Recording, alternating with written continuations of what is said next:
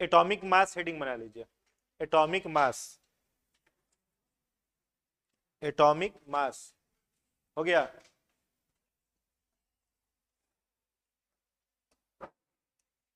कल हम लोग इसके बारे में पढ़े थे, एटॉमिक नंबर। ठीक है, अगर आपसे पूछा जाए कि बताओ एटॉमिक नंबर जो होता है इसको परमाणु क्रमांक या परमाणु संख्या कहते हैं, तो ये किसके बराबर होता है, तो आप क्या कहते हो, किसके बराबर होता है? नंबर ऑफ प्रोटॉन के बराबर जो होता है वो क्या होता है? Atomic number. एटॉमिक नंबर को डिनोट किससे किया जाता है? जेड। तो मतलब कल हम लोगों ने क्या पढ़ा था? जेड बराबर ई बराबर पी, पढ़े थे ना।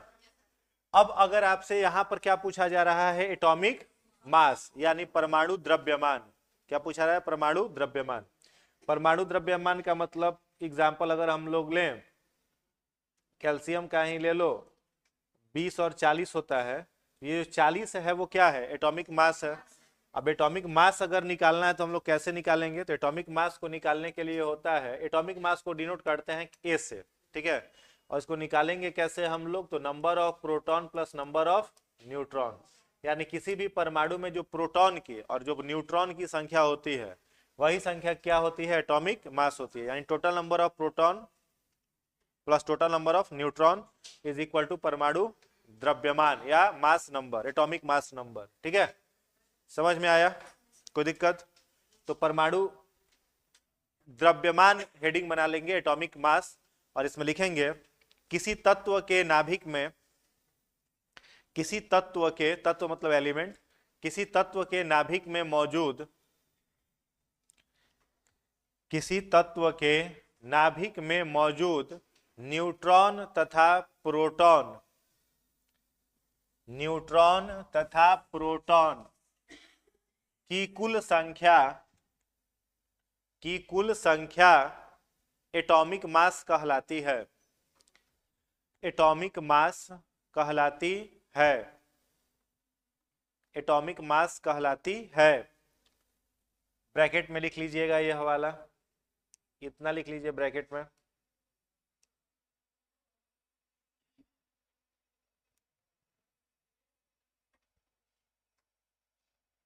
ठीक है, ए बराबर न्यूट्रॉन प्लस प्रोटॉन या जेड।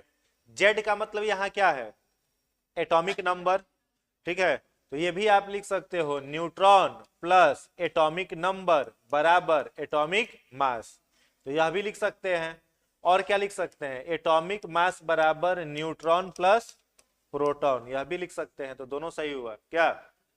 इसीलिए लिख दिया गया है एटॉमिक मास बराबर न्यूट्रॉन प्लस प्रोटॉन या फिर एटॉमिक नंबर।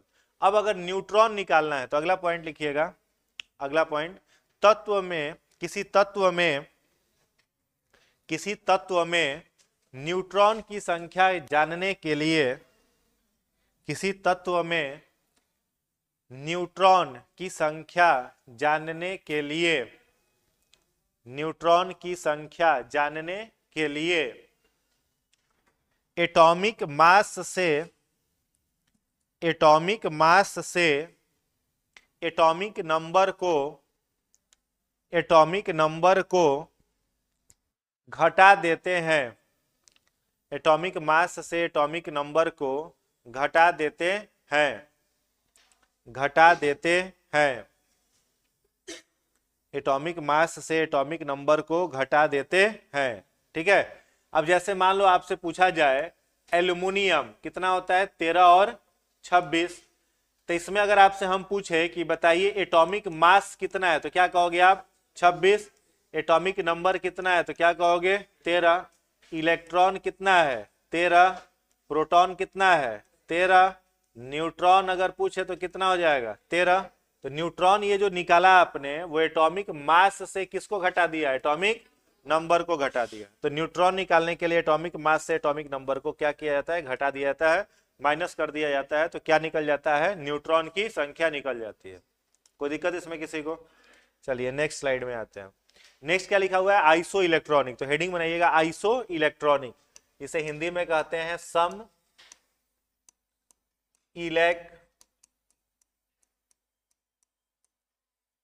इलेक्ट्रॉनिक। सम इलेक्ट्रॉनिक,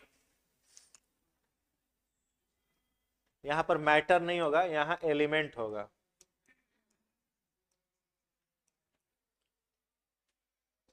हो गया? लिखिएगा, वैसे तत्व जिन पर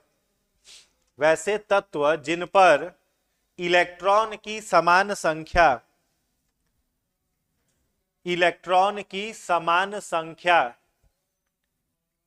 वैसे तत्व जिन पर इलेक्ट्रॉन की समान संख्या होती है उन्हें आइसो इलेक्ट्रॉनिक कहते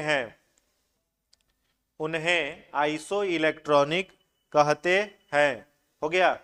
तो आइसो का मतलब क्या होता है? समान, और इलेक्ट्रॉनिक का मतलब क्या होता है? इलेक्ट्रॉन।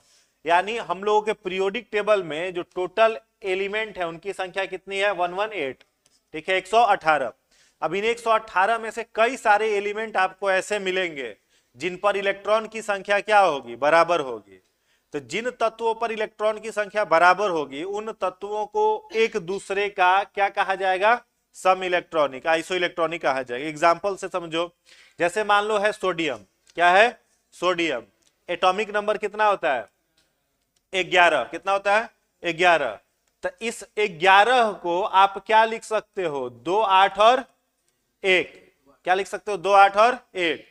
अब एक और चीज आपको याद रखना है, जितने सारे मेटल होते हैं, मेटल माने धातु, ठीक है, मेटल जो होते हैं वे क्या होते हैं? तो मेटल जो होते हैं वो इलेक्ट्रॉन डोनर होते हैं, यानी इलेक्ट्रॉन का दान करते हैं।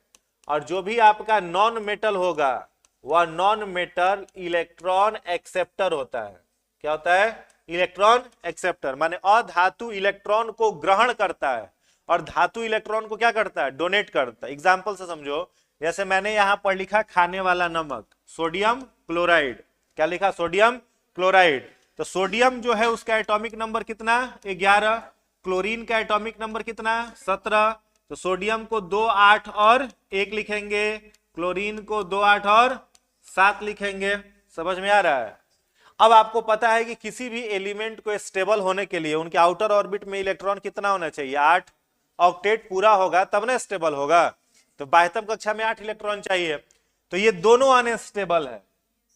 अब एक और चीज हम लोगों ने पढ़ा था, जो मेटल होता है उसके बाहरी कक्षा में इलेक्ट्रॉन की संख्या 4 से कम और नॉन मेटल में 4 से ज्यादा। तो क्लोरीन देख करके आपको क्या पता चल गया? नॉन मेटल है। और सोडियम देखे क्या पता चल गया? मेटल है। अभी हमने क्या कहा? मेटल इलेक्ट्रॉन का क्या करेगा? दान, और नॉन मेटल इलेक्ट्रॉन का क्या करेगा? एक्सेप्ट। तो यदि सोडियम अपना यह एक इलेक्ट्रॉन इस क्लोरीन को दे दे तो यह आयोनिक बॉन्ड बना करके स्टेबल हो जाएगा। समझ में आ रहा है? तो आप क्या अच्छा, क्लोरीन क्यों नहीं? ऐसा भी हो सकता है क्या कि क्लोरीन अपना 7 इलेक्ट्रॉन सोडियम को दे दे? अब जैसे यहां पर 7 लोग लगा हुआ है और हम अकेले हैं, दोनों 7 को हम खींच रहे हैं, हमको 7 खींच रहा है। आसानी किसको होगा? सातों मिलके खींच ले क्या? तो ये जो 7 इलेक्ट्रॉन है ये नहीं आएगा, सोडियम अपना 1 इलेक्ट्रॉन क्या करेगा? लूज कर देगा। तो जो इलेक्ट्रॉन को लूज करता है उसको प्लस साइन से दिखाते हैं। किससे दिखाते हैं? Plus sign. और जो इलेक्ट्रॉन को एक्सेप्ट करता है उसको माइनस से दिखाते हैं। तो ये स्टेबल होने के लिए कितना इलेक्ट्रॉन लेगा? 1 लेगा। तो क्लोरीन पर क्या लिखोगे? 1 माइनस, और सोडियम पर क्या लिखोगे? 1 प्लस। तो बताओ, सोडियम अपना 1 अगर प्लस इसको दे दिया तो सोडियम के पास टोटल इलेक्ट्रॉन कितने बचे? 10। तो पूछा जाए आपसे कि सोडियम तत्व में इलेक्ट्रॉन की कुल संख्या कितनी है? तो 10 हो जाएगी। दूसरा एग्जांपल, मैग्नीशियम Mg, ठीक है, एटॉमिक नंबर कितना? 12। कितना होगा? 12। तो इस 12 को आप क्या लिखोगे? 2, 8 और 2। 2, 8 और 2। तो ये 2 इलेक्ट्रॉन के कारण अनस्टेबल है। तो ये किसी के साथ अगर कंपाउंड बनाएगा, यौगिक बनाएगा, तो ये अपना 2 इलेक्ट्रॉन क्या करेगा? डोनेट कर देगा। यानी यहाँ पे क्या प्लस साइन दिखाएंगे? 2 प्लस साइन। इसके पास बच गया 8, माने ऑक्टेट पूरा, तो स्टेबल हो गया। तो मैग्नीशियम पर क्या लिख सकते हैं? 12 माइनस 2 कितना हुआ? 10। और सोडियम पर भी क्या लिखेंगे? 11 माइनस 1 कितना हुआ? 10। तो सोडियम पर भी 10, मैग्नीशियम पर भी 10। Third example, aluminium, atomic number 13। तो क्या लिखेंगे? 2, 8 और मतलब क्या को प्लस साइन, तो क्या लिखेंगे? 13 माइनस 3 कितना हुआ? 10। तो सोडियम, मैग्नीशियम, एल्युमिनियम, इन तीनों को एक दूसरे का आइसो इलेक्ट्रॉनिक कहेंगे कि नहीं कहेंगे? क्यों कहेंगे? क्योंकि तीनों पर इलेक्ट्रॉन की संख्या समान है, बराबर है। नियॉन एटॉमिक नंबर कितना होता है? 10, 10 होता है। इस पर भी है 10। तो एल्युमिनियम, सोडियम, मैग्नीशियम, नियॉन सब एक दूसरे का क्या है? आइसो इलेक्ट्रॉनिक है। बताया समझ में? चलिए अब एग्जाम्पल लिख लीजिए यह सब।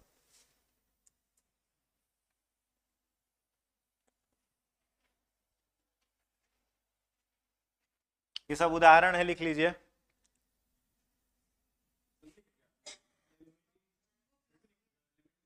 नहीं, इसका हिंदी तो हम लिखा ही दिया है ना।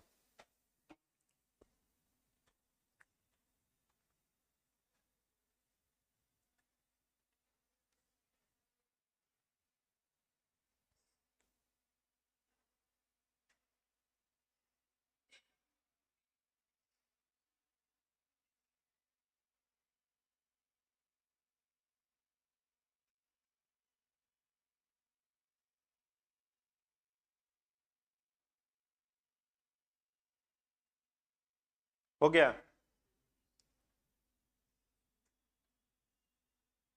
वहां माइनस नहीं लिखे थे लास्ट में, आप लोग प्लस लिखे हैं ना।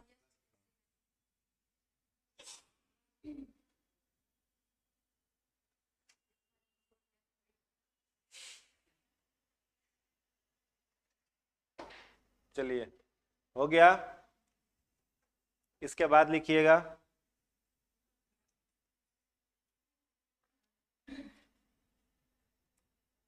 इसके बाद लिखिएगा आइसोटोप्स समस्थानिक, हेडिंग बनाइए। आइसोटोप्स समस्थानिक, आइसोटोप्स समस्थानिक।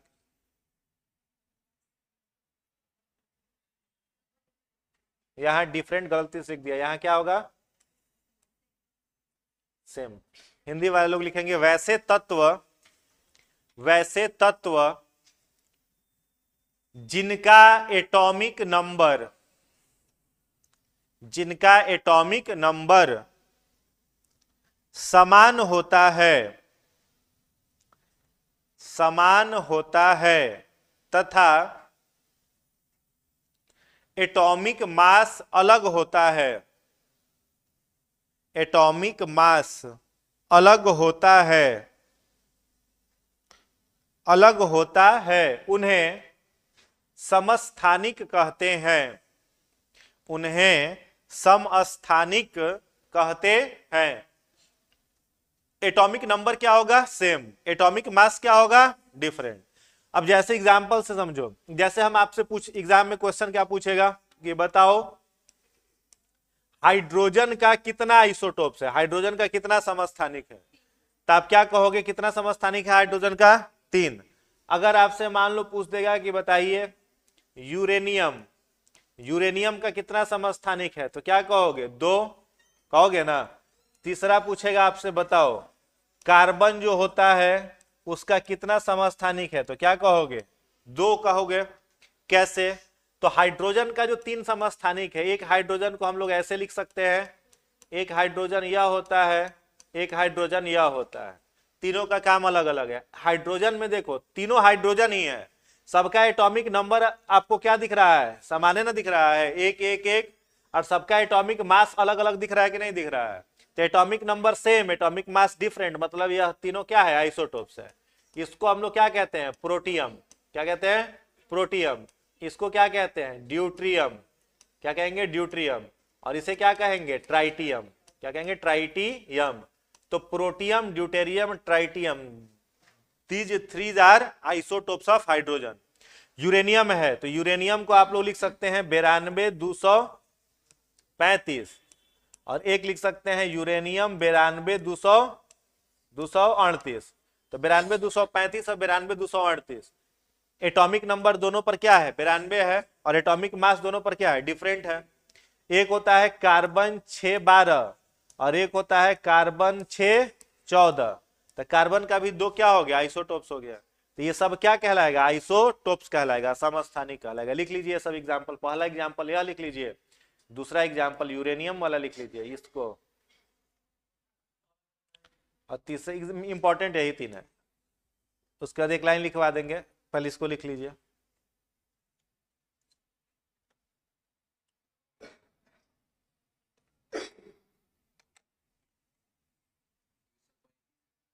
हाँ 235 और 238।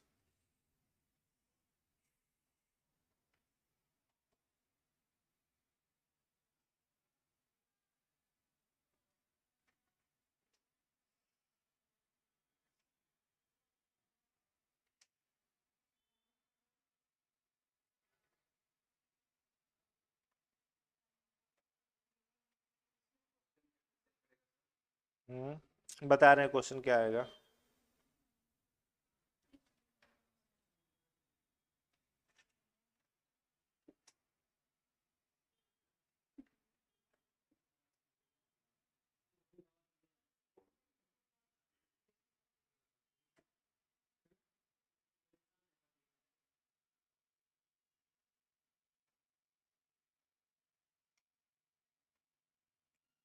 हो गया, क्लियर है ना। अब देखो इससे एग्जाम में क्वेश्चन क्या आया है, जो क्वेश्चन एग्जाम में आया है ये लिख लिए हैं। अब देखो एक और चीज है इसमें, जो भी आइसोटोप्स होगा, आइसोटोप्स में atomic number same, atomic mass different, number of neutron भी क्या होगा, डिफरेंट होगा। न्यूट्रॉन की संख्या अलग अलग होगी ना, जैसे यहां पर H1 है, H1 है, H1 है, ठीक है। अब तीनों में न्यूट्रॉन अगर निकालना हो तो इसका न्यूट्रॉन एक ही हो जाएगा, इसका भी न्यूट्रॉन E1 हो जाएगा, और इस पर न्यूट्रॉन निकालना हो तो कैसे निकालोगे, 2 हो जाएगा। तो अलग हो गया कि नहीं, तो न्यूट्रॉन जो होता है वो डिफरेंट हो जाता है। अब देखिए इससे ये क्वेश्चन एग्जाम में आया हुआ है, ठीक है। यूजेज ऑफ आइसोटोप्स, आइसोटोप्स का प्रकार। क्वेश्चन क्या पूछेगा आपसे कि चट्टानों का उम्र जानने के लिए किसका प्रयोग किया जाता है, तो क्या कहोगे, कार्बन 14 का। दूसरा क्वेश्चन एग्जाम में आया हुआ है, चट्टान की आयु जानना, और दूसरा क्या है, एज ऑफ अर्थ। पृथ्वी की आयु जानना और चट्टान की आयु जानना, दोनों के लिए यूरेनियम 235 का। मेथड का क्या नाम है, यूरेनियम लेड विधि। क्या कहा जाता है, यूरेनियम लेड विधि। और इसको कहा जाता है कार्बन डेटिंग। क्या कहा जाता है, कार्बन डेटिंग। और यूरेनियम को यूरेनियम लेड विधि कहा जाता है। क्वेश्चन पूछेगा घेंघा रोग के उपचार में किसका, तो आयोडीन 131 का। क्वेश्चन आपसे पूछेगा एनीमिया, जिसको रक्त अल्पता कहते हैं, इसके उपचार में किसका, आयरन 59 का। उसके बाद आपसे पूछेगा कि ट्यूमर के उपचार में किसका, आर्सेनिक 74। किसका, आर्सेनिक 74। उसके बाद पूछेगा कैंसर के उपचार में किसका, तो कोबाल्ट 60। उसके बाद पूछेगा खून का थक्का जमाने के लिए किसका, सोडियम 24। क्लियर है। तो छोटा सा डी बनाना लिखना, आइसोटोप्स के प्रयोग, आइसोटोप्स के उपयोग, आइसोटोप्स के उपयोग। तो हिंदी है ना बोल रहे हैं, समस्थानिकों के उपयोग, समस्थानिकों के उपयोग। हो गया। पहला लिखिएगा, पहला जीवाश्म की आयु। हाँ पहला लिखिए, इंग्लिश वाले यही लिखेंगे, हिंदी वाले लोग जीवाश्म की आयु डैश देकर के लिखिएगा, कार्बन 14। मैंने ज्ञात करने में, ठीक है ना, जीवाश्म की आयु माने जीवाश्म की आयु ज्ञात करने में, कार्बन 14। अब ब्रैकेट में लिख लीजिएगा कार्बन डेटिंग, मेथड का नाम है कार्बन डेटिंग, कार्बन डेटिंग, ये मेथड का नाम है कार्बन डेटिंग। हो गया। दूसरा लिखिएगा, पृथ्वी तथा चट्टान की आयु जानने में, पृथ्वी तथा चट्टान की आयु जानने में, carbon dating, uranium lead LED. पृथ्वी तथा चट्टान की आयु जानने में डैश देकर के लिखिएगा यूरेनियम 235, यूरेनियम 235। अब ब्रैकेट में लिख लीजिएगा uranium lead method, uranium lead LED, uranium lead method. तीसरा लिखिएगा घेंघा के उपचार में, घेंघा के उपचार में डैश देकर के आयोडीन 131, आयोडीन 131। उसके बाद लिखिएगा एनीमिया के उपचार में, एनीमिया मतलब रक्त में किसकी कमी, हीमोग्लोबिन की, लोहा की कमी। हाँ आयोडीन 131। उसको देखिए एनीमिया के उपचार में आयरन 59, Fe59, Fe59 59। उसके बाद लिखिएगा ट्यूमर के उपचार में, ट्यूमर के उपचार में, ट्यूमर के उपचार में आर्सेनिक 74, आर्सेनिक 74, आर्सेनिक 74।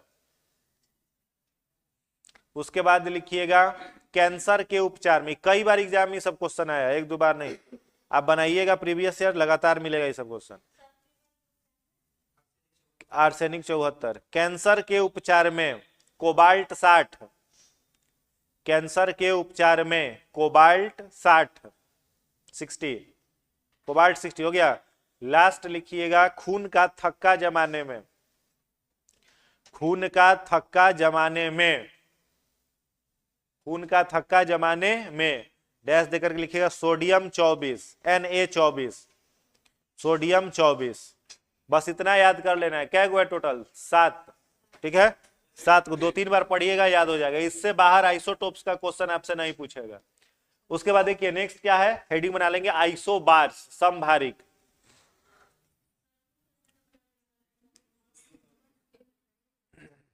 आइसोबार मतलब समभारिक। अच्छा, ये नाम से समझ में आ रहा है कि नहीं? बार का मतलब मास क्या होगा? सेम हो जाएगा, और नंबर क्या होगा? डिफरेंट हो जाएगा, ठीक है। तो लिखिएगा वैसे तत्व जिन पर, वैसे तत्व जिन पर एटॉमिक मास समान, एटॉमिक मास समान तथा एटॉमिक नंबर अलग होते हैं, एटॉमिक नंबर, एटॉमिक मास समान तथा एटॉमिक नंबर अलग होते हैं, समभारिक कहलाते हैं, समभारिक कहलाते हैं। एग्जाम्पल लिखा हुआ है, दोनों लिख लीजिए, कार्बन नाइट्रोजन, आर्गन कैल्शियम।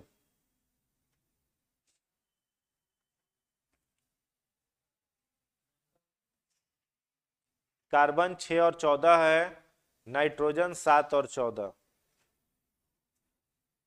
तो क्वेश्चन अगर पूछ देगा आपसे कि बताइए कार्बन और नाइट्रोजन आइसोटोप से है, आइसोबार है, आइसो न्यूट्रॉनिक है, आइसो इलेक्ट्रॉनिक है, तो सीधे देखोगे क्या दोनों पर एटॉमिक मास सेम है, तो कार्बन और नाइट्रोजन आइसोबार हो गया, ठीक है। दूसरा क्या एग्जांपल, आर्गन और कैल्शियम, दोनों पर एटॉमिक मास कितना है? 40, तो दोनों क्या हो गया? आइसोबार हो गया। थर्ड लिखेंगे नेक्स्ट, चौथा आइसो न्यूट्रॉनिक, आइसो न्यूट्रॉनिक,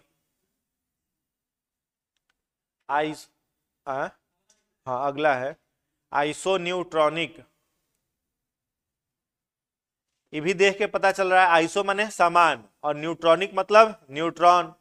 इसके ब्रैकेट में लिख लेना आइसोटोन्स, इसको आइसोटोन्स भी कहा जाता है, आइसो न्यूट्रॉनिक भी कहते हैं और आइसोटोन्स भी कहते हैं, आइसोटोन्स हो गया। अब आइसोटोन्स किसे कहिएगा? तो आइसोटोन्स में देखिए कुछ एग्जाम्पल लिखा हो गया। पहला एग्जाम्पल क्या लिखा है? कार्बन और ऑक्सीजन।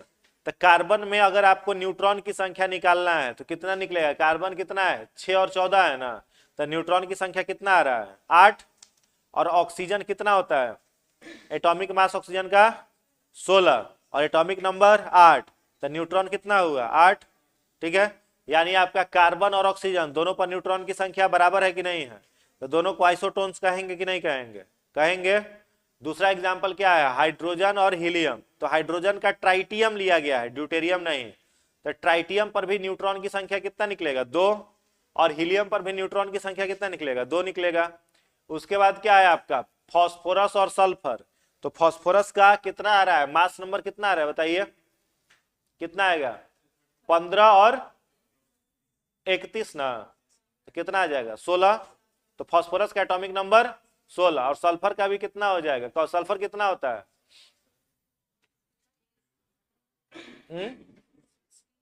16 और 12 कितना होता है?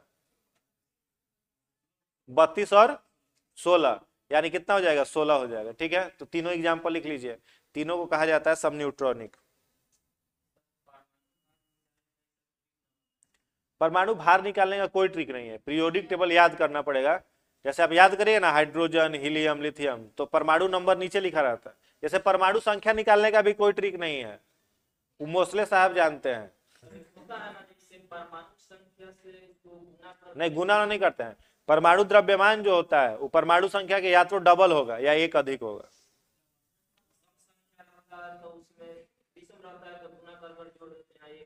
एक जोड़ा जाता है, यही याद करना, एक ज्यादा होगा या एक कम होगा, एक ज्यादा होगा या उतना ही डबल होगा। 30 तक पीरियोडिक टेबल याद करना होगा, कम से कम 30 तक याद रखना पड़ेगा।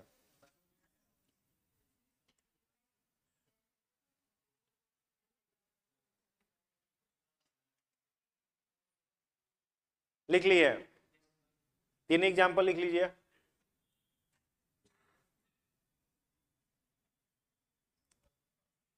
हो गया। उसके बाद देखो क्या है, ऑर्बिट और सेल। क्या है ऑर्बिट और सेल? हिंदी में इसको क्या कहते हैं? कक्षा है। क्या कहते हैं? कक्षा। अब ऑर्बिट और सेल किसे कहा जाता है?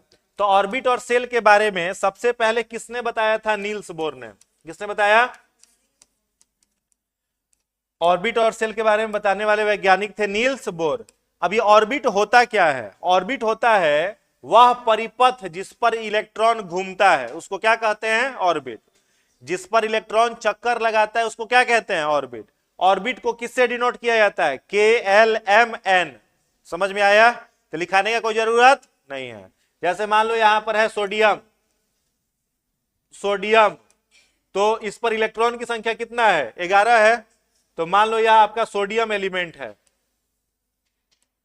सोडियम है, ठीक ना।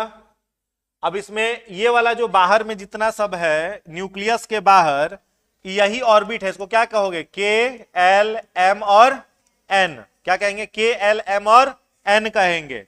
अब इसी पर ना घूमेगा कौन? इलेक्ट्रॉन। तो K जो है इस पर मैक्सिमम इलेक्ट्रॉन कितना घूमेगा? K पर 2 इलेक्ट्रॉन, L पर 8 और M पर 18 रह सकता है। लेकिन सोडियम पर क्या गो है? 11 है। तो 2 और 8 हो गया, तो इस पर क्या को बचा? 1 इलेक्ट्रॉन। तो ये इलेक्ट्रॉन जिस कक्षा में, ये इलेक्ट्रॉन जो है जिस कक्षा में गति कर रहा है, इसी कक्षा को क्या कहा जाता है? सेल कहा जाता है या ऑर्बिट कहा जाता है। इसके बारे में किस वैज्ञानिक ने बताया? नील्स बोर ने बताया। नील्स बोर साहब ने इसके बारे में बताया था। अकॉर्डिंग टू बोर्स, बोर्स के अनुसार क्या है? Total number of electron in every orbit is based on the 2n square. जो फॉर्मूला उन्होंने दिया वह कौन सा था? 2n square. यहां पर n जो है वह क्या है? n क्या है? Number of orbit. n क्या है? नंबर ऑफ ऑर्बिट, यानी कक्षा की संख्या है। जैसे अगर हम आपसे पूछे कि बताओ k में मैक्सिमम इलेक्ट्रॉन कितना रहेगा, तो आप कहोगे 2। तो किस आधार पर रहेगा? तो इसी फॉर्मूला पर देखिए 2। और k जो है, यहां n क्या है? Number of orbit. तो k पहला ऑर्बिट है ना, तो यहां क्या लिखेंगे? 1। और 1 का क्या हो जाएगा? स्क्वायर। तो कितना हो जाएगा? 2 हो जाएगा। अगर पूछे l पर कितना इलेक्ट्रॉन होगा, तो 2, और l दूसरा ऑर्बिट है ना, तो 2 का स्क्वायर कितना हो जाएगा? 8 हो जाएगा। m है 2 और कितना का स्क्वायर? 3 का। तो कितना हो जाएगा? 9 दूना 18। n अगर पूछे तो 2 और 4 का स्क्वायर कितना हो जाएगा? 16 दूना 32। ठीक है, कितना हो जाएगा? 32। तो किसी भी ऑर्बिट में इलेक्ट्रॉन निकालना है तो किस आधार पर निकालेंगे? 2n स्क्वायर फॉर्मूला के आधार पर निकालेंगे। यानी ये है KLMN। इसमें इलेक्ट्रॉन अगर निकालना है तो 2, 8, 18, 32, ये 2n स्क्वायर फॉर्मूला पर निकलेगा। और ये फॉर्मूला देने वाले वैज्ञानिक कौन थे? Niels Bohr. कौन थे? Niels Bohr. अब याद रख सकते हैं तो मत बनाइए, एक लाइन में लिख लीजिए। नील्स बोर ने, एक लाइन में लिखा देते इसको, नील्स बोर ने, लिखिएगा, नील्स बोर ने ऑर्बिट में, ऑर्बिट में, ऑर्बिट में इलेक्ट्रॉन की संख्या निकालने के लिए, इलेक्ट्रॉन की संख्या निकालने के लिए 2n square, 2n square, 2n square दिया, 2n स्क्वायर दिया। अब 2n स्क्वायर याद रहेगा तो हो जाएगा। ठीक है, क्वेश्चन आया है ये एग्जाम में, घटना चक्र किताब में मिलेगा आपको कि 2n स्क्वायर फॉर्मूला किसका था? क्यों दिया? परमाणु की, इलेक्ट्रॉन की संख्या निकालने के लिए। चलो नेक्स्ट क्या है स्लाइड, नेक्स्ट स्लाइड ये है नंबर ऑफ ऑर्बिट। तो ये लिखने का कोई जरूरत नहीं है, आपको डायरेक्ट याद हो गया के में 2, डायरेक्ट याद कर लो 2 8 18 32 क्या। उसके बाद क्या है सब ऑर्बिट सब सेल, हिंदी में लिखना उपकक्षा। अगला हेडिंग बना लीजिए उपकक्षा और ब्रैकेट में लिख लीजिएगा सब ऑर्बिट, सब ऑर्बिट उपकक्षा, सब ऑर्बिट, सब ऑर्बिट हो गया। इसकी जानकारी लिखिएगा, इसकी जानकारी, हाँ डैश दे करके, इसकी जानकारी सोमरफेल्ड लिखा हुआ है बोर्ड पे लास्ट में, सोमरफेल्ड, सोमरफेल्ड SOMMERFELD, सोमरफेल्ड ने दी, पढ़ने के लिए, सोमरफेल्ड ने दी। अगला पॉइंट, इसे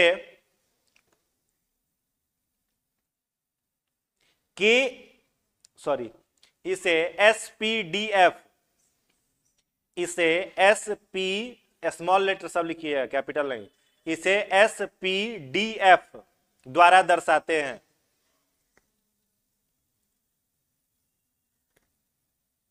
अगला पॉइंट लिखिएगा S बराबर 2, S बराबर 2 मतलब S पर मैक्सिमम इलेक्ट्रॉन कितना रहेगा 2 रहेगा। P लिख करके डैश दीजिए, P, हाँ P पर कितना रहेगा 4 इलेक्ट्रॉन बढ़ता है तो 6 हो जाएगा ना, 6 P पर 6, हाँ P डैश 6 उसके बाद लिखना है D पर लिखिएगा 10 और F पर 14। इसका कोई फॉर्मूला नहीं है, इस पर कितना इलेक्ट्रॉन बढ़ते रहेगा 4 इलेक्ट्रॉन बढ़ जाएगा। तो और इसके बारे में अगर पूछा जाए K का सब ऑर्बिट क्या है तो क्या कहेगा S, L का सब ऑर्बिट P, KL, M का D, N का F। समझ में आया, ये सब ऑर्बिट है। ऑर्बिट के बारे में नील्स बोर, सब ऑर्बिट के बारे में सोमरफेल्ड। इलेक्ट्रॉन की संख्या इस पे 2 6 10 और 14 और उस पर 2 8 18 32। ये वाला सेम है, लिख ही लिए इसको आप। इसके बाद ये भी हो गया है।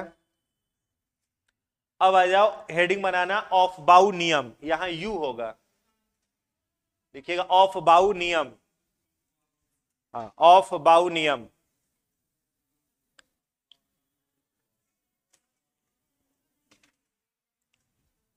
ऑफ बाउ नियम हो गया, ऑफ बाउ, आउ बाउ नहीं, ऑफ बाउ, ऑफ बाउ हो गया। ऑफ बाउ क्या किसी वैज्ञानिक का नाम था? हा? नहीं, वैज्ञानिक का नाम नहीं था, ये जर्मन का एक शब्द है। जैसे फ्यूसिस किसी का नाम थोड़ी था। ऑफ बाउ क्या है? जर्मन वर्ड है, उसका मतलब क्या होता है? रचना करना। जैसे अपने यहाँ राजमिस्त्री घर बनाता है तो ईटा को सजा सजा करके रखता है ना, तो जर्मन में उसी सजाने के तरीका को ऑफ बाउ कहा जाता है। क्या कहा जाता है? ऑफ बाउ। समझ में आया? क्या कहा जाता है? ऑफ बाउ। चलो इसको देख लो फटाफट। इसमें इंपॉर्टेंट जो है वो हम बता दे रहे हैं, लिखने का सब जरूरत नहीं है। पहला वर्ड क्या लिखा है? Aufbau is a German word which means to build. Aufbau एक जर्मनी का शब्द है जिसका मतलब होता है निर्माण करना, रचना करना। To produce the electronic configuration of an element is called Aufbau law. किसी भी तत्व का इलेक्ट्रॉनिक कॉन्फ़िगरेशन निकालने के लिए किसका प्रयोग किया जाता है? ऑफ बाउ नियम का प्रयोग किया जाता है।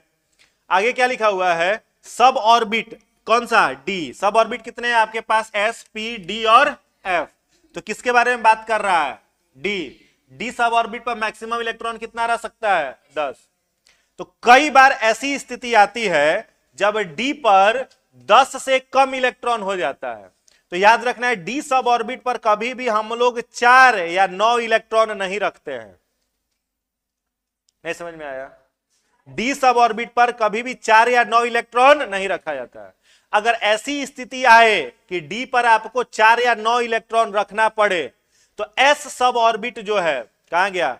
एस सब ऑर्बिट जो है वो डी को अपना 1 इलेक्ट्रॉन दे देता है और डी पर कितने इलेक्ट्रॉन पूरे कर देता है? 5 या 10। एक्सेप्शन है, ये मोस्ट इंपॉर्टेंट एक्सेप्शन है जिसकी जरूरत आप लोगों को नहीं पड़ेगी, 11th 12th वाले या 9th 10th वाले जो होंगे साइंस वाले उनको पड़ेगी।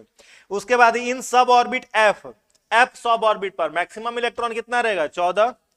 तो एफ सब ऑर्बिट जिस पर मैक्सिमम 14 रहता है उस पर कभी भी 6 या 13 इलेक्ट्रॉन नहीं रहेगा, और जब कभी भी उस पर 6 या 13 इलेक्ट्रॉन आने की संभावना बनेगी तो एस सब ऑर्बिट उसे अपना 1 इलेक्ट्रॉन दे देगा और 6 की जगह कितना कर देगा 7, और 13 की जगह कितना कर देगा 14। ठीक है, ये दो एक्सेप्शन खाली इंपॉर्टेंट है, इससे हम लोग अभी बहुत सारा क्वेश्चन बना लेंगे तो याद हो जाएगा आपको। बस उससे पहले यही है ऑफ बाउ नियम। ठीक है, ऑफ बाउ जो वर्ड है जर्मन वर्ड यही है। क्या है इसमें, सबसे पहले इलेक्ट्रॉन को हम लोग किस ऑर्बिट में भरते हैं 1s में। किस में भरेंगे 1s के बाद इलेक्ट्रॉन किस में आएगा 2s के बाद किस में आएगा 2p के बाद 3s के बाद 4s के बाद 3d के बाद 4p के बाद 5। ठीक है, इस तरीके से आता है, यानी इसको हम लोग केवल ड्रॉ कर लेंगे, इसको केवल बना लीजिए, एक एक छोड़ करके लिखिएगा, याद है, समझ गया। जैसे 1s से लेकर 7s तक लिखे, फिर 2s के सामने 2p लिखिएगा, फिर 3p के सामने 3d, फिर 4f।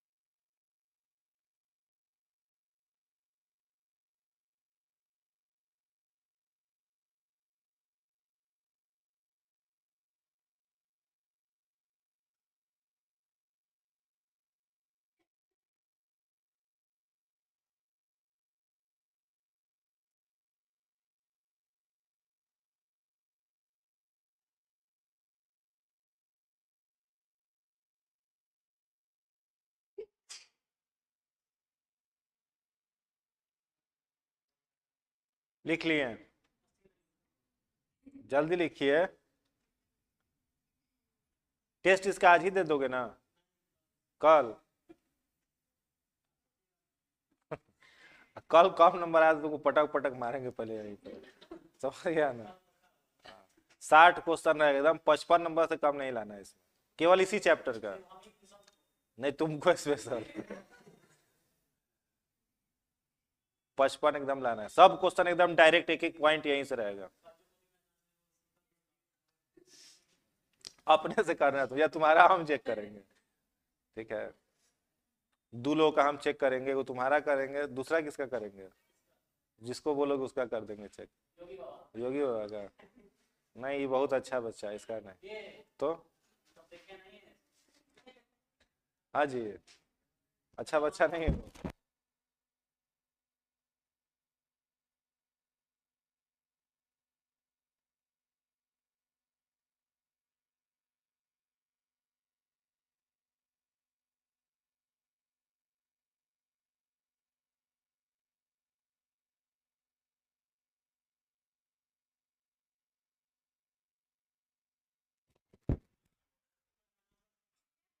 पोटेशियम 19 का बनाइए क्या, 4f, एफ सब ऑर्बिट है ना, वही है। हो गया, चलिए एगो बनाइए कुछ, किसी किसका बनाइएगा। नहीं समझ में आएगा, आएगा देखो। देखो एक हम एलिमेंट लेते हैं पोटेशियम, ठीक है, एटॉमिक नंबर कितना होता है 19। ठीक है, मान लो आप इसको ऐसे समझना, शादी ब्याह में भोज भात में तो जरूर गए होगे, और गए होगे तो अगर पात में बैठ के खाए हो, जो जमीन पर बैठ के खाते हो अभी भी, ठीक है, अब तो लगभग जगह से खत्म हो रहा है। नहीं हुआ? चलिए अच्छा है, आप लोग बचा के रखे, संस्कृति है, बचा के रखना चाहिए। अब तो भिखमंगा सिस्टम चलता है क्या? अब तो प्लेट लेके, हाँ हाँ, पता वाला चलता है ना। बहुत अच्छा, बहिष्कार होना चाहिए, पत लाइन लगाए हैं प्लेट उठा उठा के। तो जो बैठा रहता है, पंगत में बैठिएगा तो पहले क्या दिया जाता है? पत्तल दिया जाता है, पहले पत्तल आता है। पत्तल फेंकने वाला, कई बार आप यहाँ बैठे हैं, आपसे थोड़े दूर पर पत्तल फेंक के चला जाता है, खींच के लेना पड़ता है, अपना पत्तल है। तो इसका भी उसी तरीके से बनाइएगा तो बन जाएगा, ठीक है।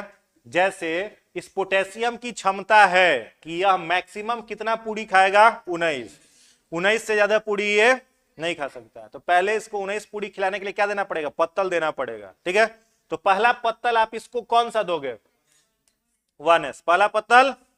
दूसरा पत्तल इसके पास क्या जाएगा? 1s के बाद देखो, पहले इलेक्ट्रॉन 1s पे भरना है, दूसरा इलेक्ट्रॉन किस पे भरोगे? 2s, तीसरा इलेक्ट्रॉन किस पर भरोगे? 3s।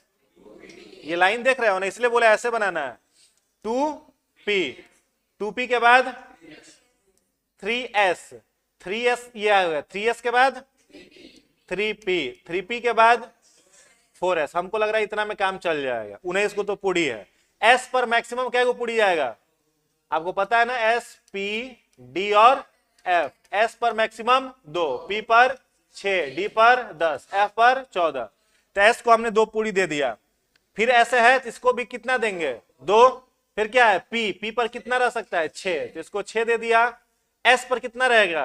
2, तो कितना हो गया टोटल? 12 हो गया। p पर फिर मैक्सिमम कितना रहेगा? 6, 12 6 18।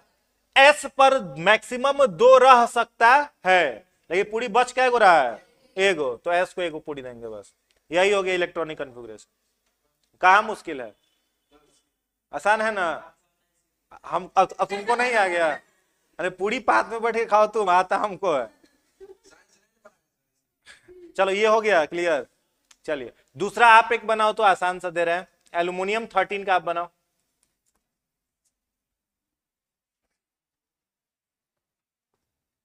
एल्यूमिनियम 13 का बनाइए।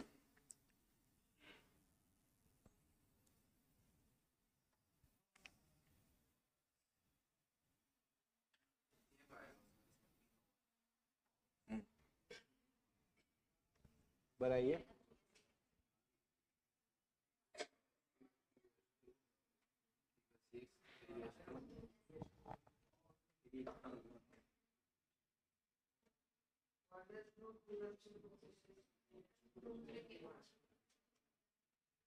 हो गया? बताइए पहला क्या लिखेंगे? 1s, फिर क्या लिखेंगे? 2s, फिर 2p, फिर क्या लिखेंगे? 3s। इतना में ही हो जाना चाहिए। s पर 2, फिर s पर 2, p पर 6, कितना हो गया? 10। फिर s पर कितना रह सकता है? 2, तो 2 दे देंगे, 10 12 ही ना हुआ। फिर s के बाद क्या आएगा? 3p, 3p के पर 1 हो जाएगा, बन गया। क्या सबका सही बना? मिटा दे इसको। उतारने का तो अपने से बनाइए, उतारिए मत। उतारिएगा फिर नहीं सीखिएगा। कि कैसे हम बनाए ये समझ में आया? नहीं आया? अच्छा इसको उतार लीजिए कम से कम, फिर बता रहे।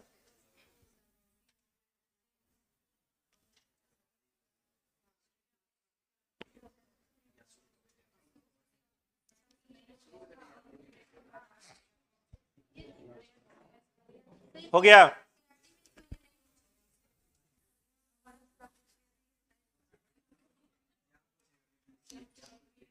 सल्फर 16 का बनाओ तो। सल्फर 16 का बनाइए। ये बनाइए अपने से सब लोग।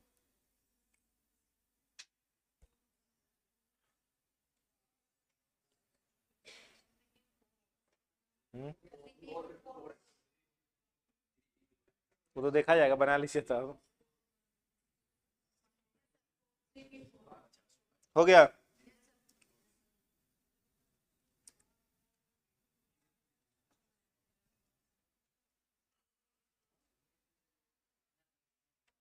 हो गया?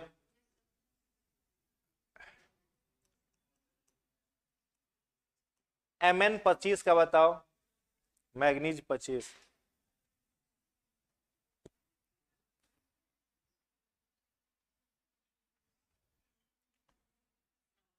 Mn25 मैग्नीज 25 बताएंगे, अभी इस पर दोनों बताएंगे।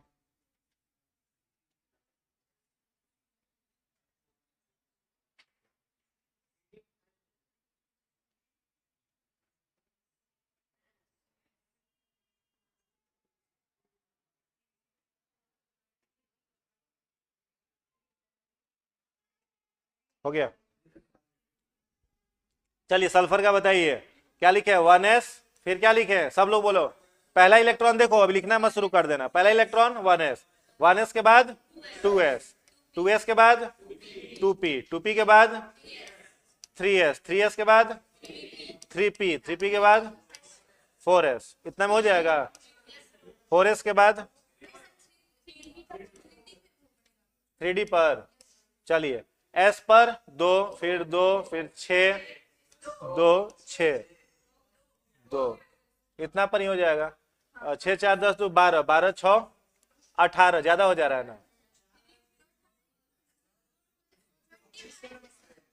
12 6,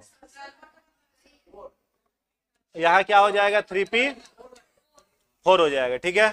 तो सल्फर का हो गया। सेम मैग्नीज का बनाइए, पहले 1s, फिर 2s, फिर 2p, फिर 3s, 3p, 4s, 3d, चलिए इस पर आ जाएगा 2, आ जाएगा 2,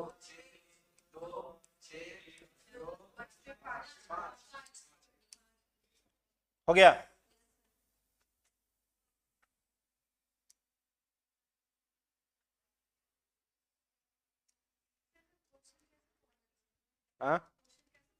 क्वेश्चन पूछेगा कि Mn25 का इलेक्ट्रॉनिक कॉन्फ़िगरेशन निम्नलिखित में से क्या है। Option A 4s2 3d5, option 2 आपको कुछ दे देगा इसमें 3p6 4s2, ऐसे करके दे देगा। लास्ट का 2 को दे देगा, हाँ लास्ट का 2 को देगा।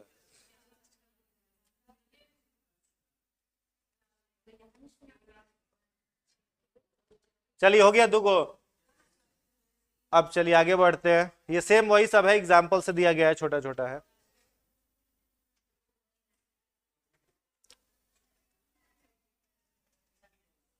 एक मिनट, क्रोमियम 24 का हम लोग बनाए थे क्या अभी? बनाओ तो Cr24 का बनाइए,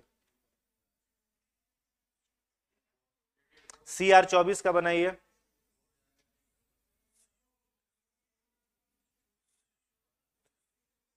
और फिर Cu29 का बनाइए।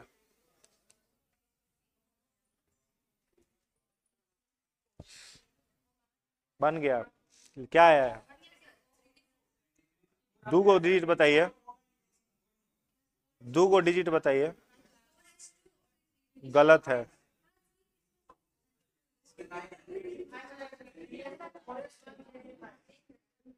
ये दोनों एक्सेप्शन वाला है।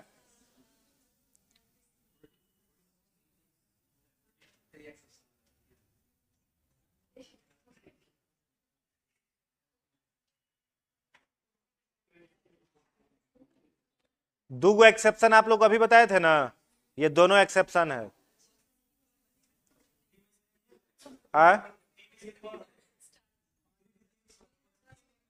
आपको इस दोनों में क्या ध्यान रखना है? दोनों में आपको ध्यान ये रखना है कि डी में कभी भी 4 या 9 नहीं रहेगा। 4 या 9 अगर आएगा तो एस उसके पहले है, वो 1 इलेक्ट्रॉन दे देगा। एस पर 2 रह सकता है ना, तो 2 में से 1 दे देगा एस इसको, और अपने पास 1 ही रहने देगा। ये दोनों अपवाद, इसलिए ध्यान से बनाइएगा।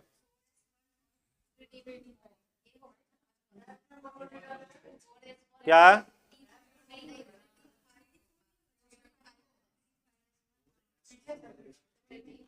एफ पर आपका 6 या 13 नहीं रहता है।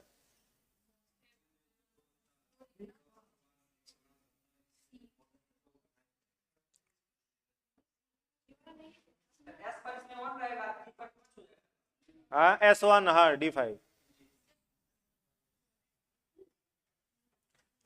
बन गया सभी का। चलो लिख लीजिएगा, 2 मिनट रुक जाइए। इस पर क्या लिखे, पहले 1s, फिर 2s, 2p, 3s, 3p, 4s, फिर 3d, है ना। इस पर आ जाइए, यहाँ क्या लिखे, 2, 2, 6, 2, 6, 1 हो गया। CU में आ जाइए, यहाँ भी 1s, 2s, 2p, 3s, 3p, 4s, 3d, यहाँ 2 हो जाएगा, 2, 6, 2, 12, 6, 18, 18 और एक 19, 3d। चलिए हो गया। पर इसको लिख लीजिए सब, बाकी लोग लिख लें।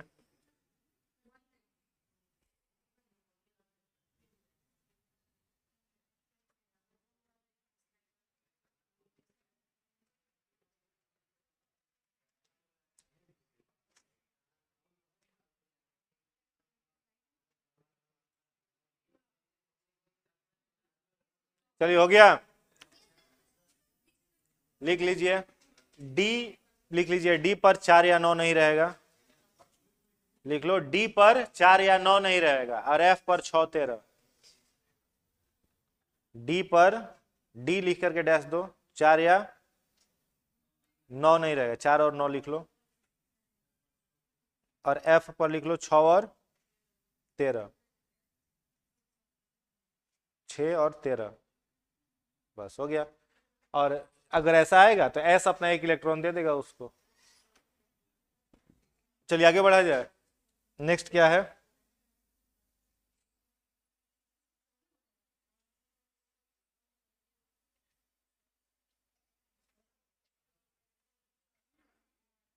हाँ, अब आइए, कुछ परसेंटेज का क्वेश्चन भी आ जाता है, ठीक है। बीपीएससी पीसीएस नहीं पूछता था इस तरह का क्वेश्चन, लेकिन शिक्षक भर्ती में आ सकता है, इसलिए इसको देख लीजिए ध्यान से। क्वेश्चन क्या लिखा हुआ है, find the percentage of calcium in calcium carbonate, ठीक है। क्वेश्चन क्या पूछा हुआ, कैल्शियम कार्बोनेट है, इसमें किसका परसेंटेज आपसे पूछा जा रहा है, कैल्शियम। तो ये आप तब तक नहीं बना सकते हैं जब तक आपको क्या नहीं पता हो, एटॉमिक मास, नंबर नहीं, यहां जरूरत पड़ेगा एटॉमिक मास का, ठीक है। कैल्शियम का परसेंटेज पूछा गया है कैल्शियम कार्बोनेट में, तो देखिए कैल्शियम कार्बोनेट कितने चीजों से बना है, इसमें कितने चीजें हैं, 3 चीज है। क्या क्या है, कैल्शियम है, कार्बन है और ऑक्सीजन है। तो कैल्शियम, कार्बन और ऑक्सीजन, इन तीनों का आपको क्या पता होना चाहिए, एटॉमिक मास, ठीक है। तो सबसे पहले किसमें क्या निकालना है, तो कैल्शियम का परसेंटेज निकालना है, कैल्शियम कार्बोनेट गुणा 100, ये हो जाएगा इसका फॉर्मूला, क्या जी। तो देखो कैल्शियम का एटॉमिक नंबर कितना, 20, और एटॉमिक मास कितना, 40। यहां पर क्या लिखोगे, ऊपर में कैल्शियम का एटॉमिक मास लिख दिया आपने, कितना, 40। फिर नीचे क्या है, कैल्शियम, तो एटॉमिक मास कितना हो जाएगा, 40। फिर कार्बन है, तो कार्बन का होता है एटॉमिक नंबर 6, एटॉमिक मास 12। यहां क्या लिखोगे, 12 प्लस ऑक्सीजन का एटॉमिक नंबर होता है 8, और एटॉमिक मास कितना होता है, 16। 16, लेकिन एटॉमिक यहां पर नंबर ऑफ एटम 3 दे दिया है, तो 16 गुना 3 कर देंगे, तो 16 यहां 48 गुने 100, तो कितना हो जाएगा, 40 बटा ये कितना हो जाएगा, 100 हो जाएगा, गुना 100, मतलब कितना परसेंट, 40%, ठीक है। तो अगर पूछा जाए आपसे कैल्शियम कार्बोनेट में कैल्शियम का परसेंटेज बताइए, तो 40%।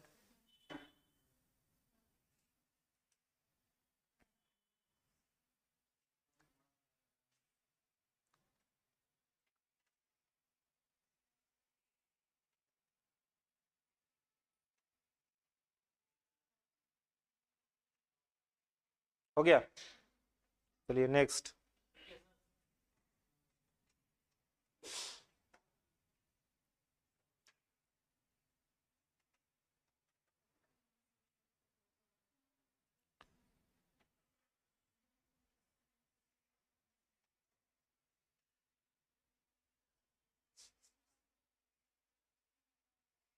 सेकेंड लिखिएगा, find the percentage of carbon in calcium carbonate.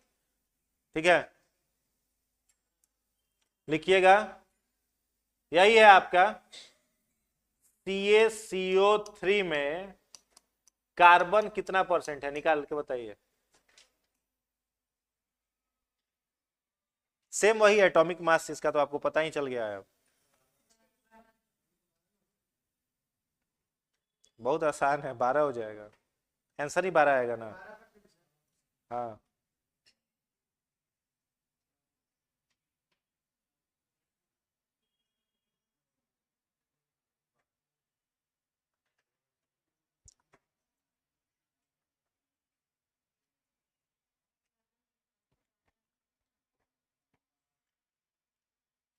कितना परसेंट होगा, 12।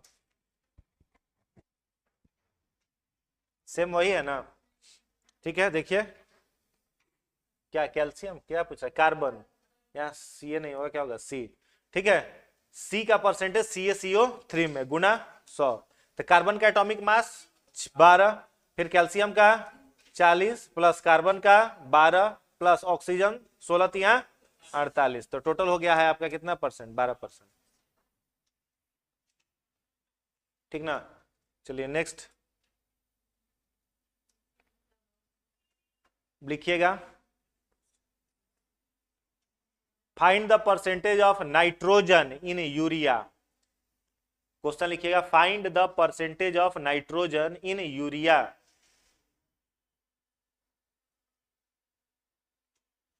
जो लोग यूरिया खाद खेत में छिड़के होंगे वो लोग बोरा पर जरूर पढ़े होंगे, क्या लिखा रहता है यूरिया का परसेंटेज, 46.6%।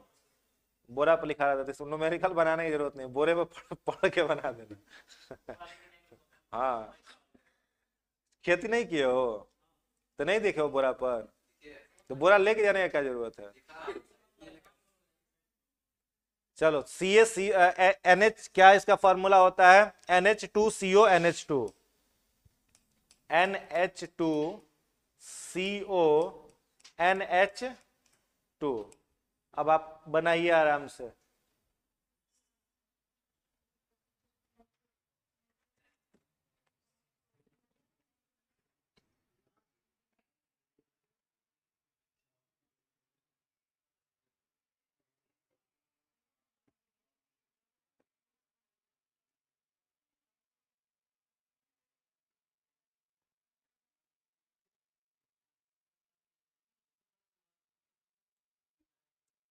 बन गया,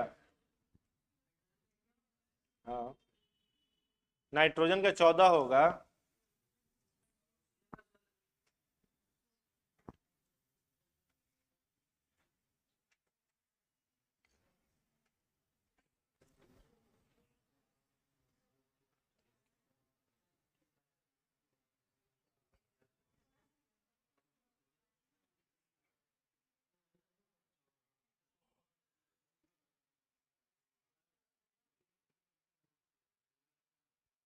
थोड़ा सा बुद्धि का प्रयोग करिएगा, नाइट्रोजन का परसेंट पूछा है ना, तो नाइट्रोजन क्या जगह है, एक जगह नाइट्रोजन नहीं है, कितना जगह आया है, 2 जगह नाइट्रोजन है।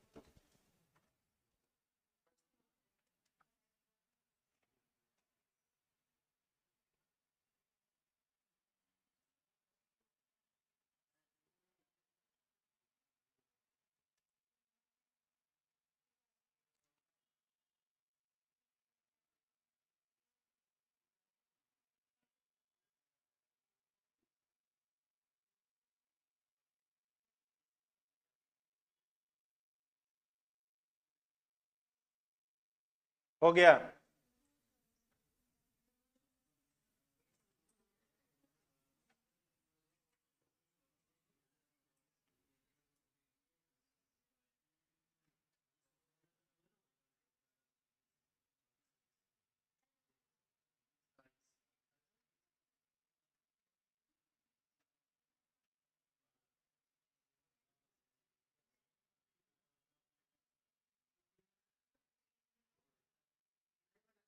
नहीं बना, क्यों,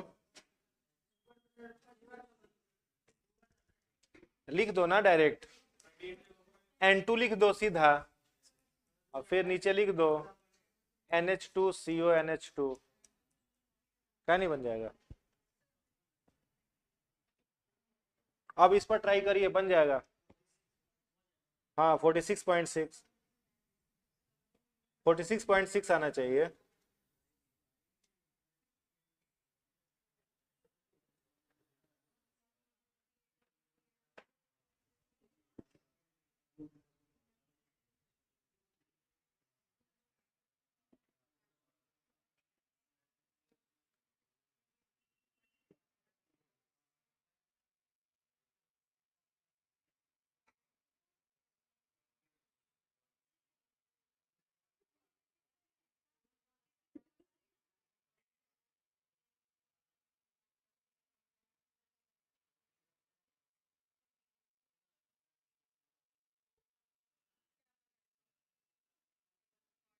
हो गया?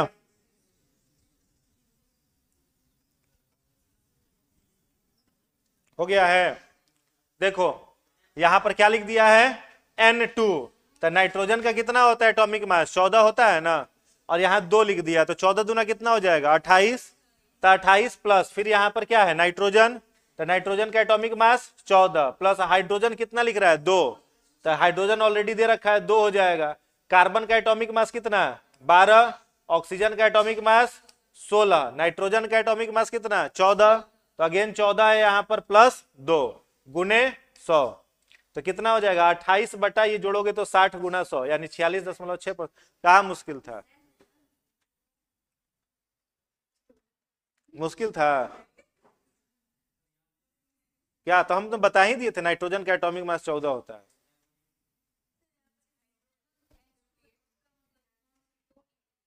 हाँ H2 जब 2 लिख दिया तो 2 हो जाएगा। हाइड्रोजन 1 होता है एटॉमिक नंबर, तो 2 दे दिया है तो 2 नहीं होगा। जैसे यहाँ N2 है तो नाइट्रोजन का 14 ही ना होता है, और 2 है तो 14 दूना 2 28 हो गया। चलिए समझ गए, इतना पर ही ये चैप्टर हो गया खत्म यहाँ। ठीक है, इतना ही था इसमें। हाँ सब रहेगा ये सब कुछ, केवल यही chapter atomic model, atomic structure, परमाणु संरचना, बस एक चैप्टर जो पढ़ाए हैं वही। अभी दे बनाइएगा, बना लो, अभी बना लो। फिर अभी देखो टाइम नहीं है, कल केमिस्ट्री का और भी चैप्टर है, छूट जाएगा फिर। अभी बना लो, 10-15 मिनट में बना लो।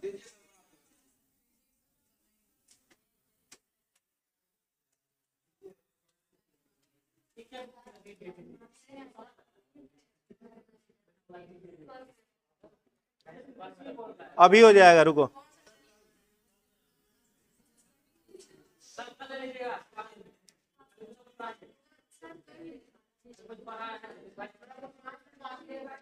हाँ जी 5 मिनट 10 मिनट और बढ़ जाएगा, कोई दिक्कत नहीं है। तो फिर कल टाइम वेस्ट नहीं करना चाहते हैं।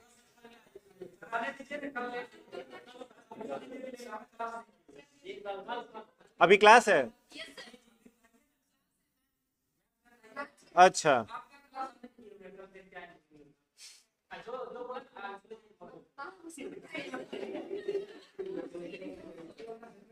चलो ठीक है, तो कल ही टेस्ट हो जाएगा। तुम पर भीड़ गया है। चलो ठीक है, कल ये चैप्टर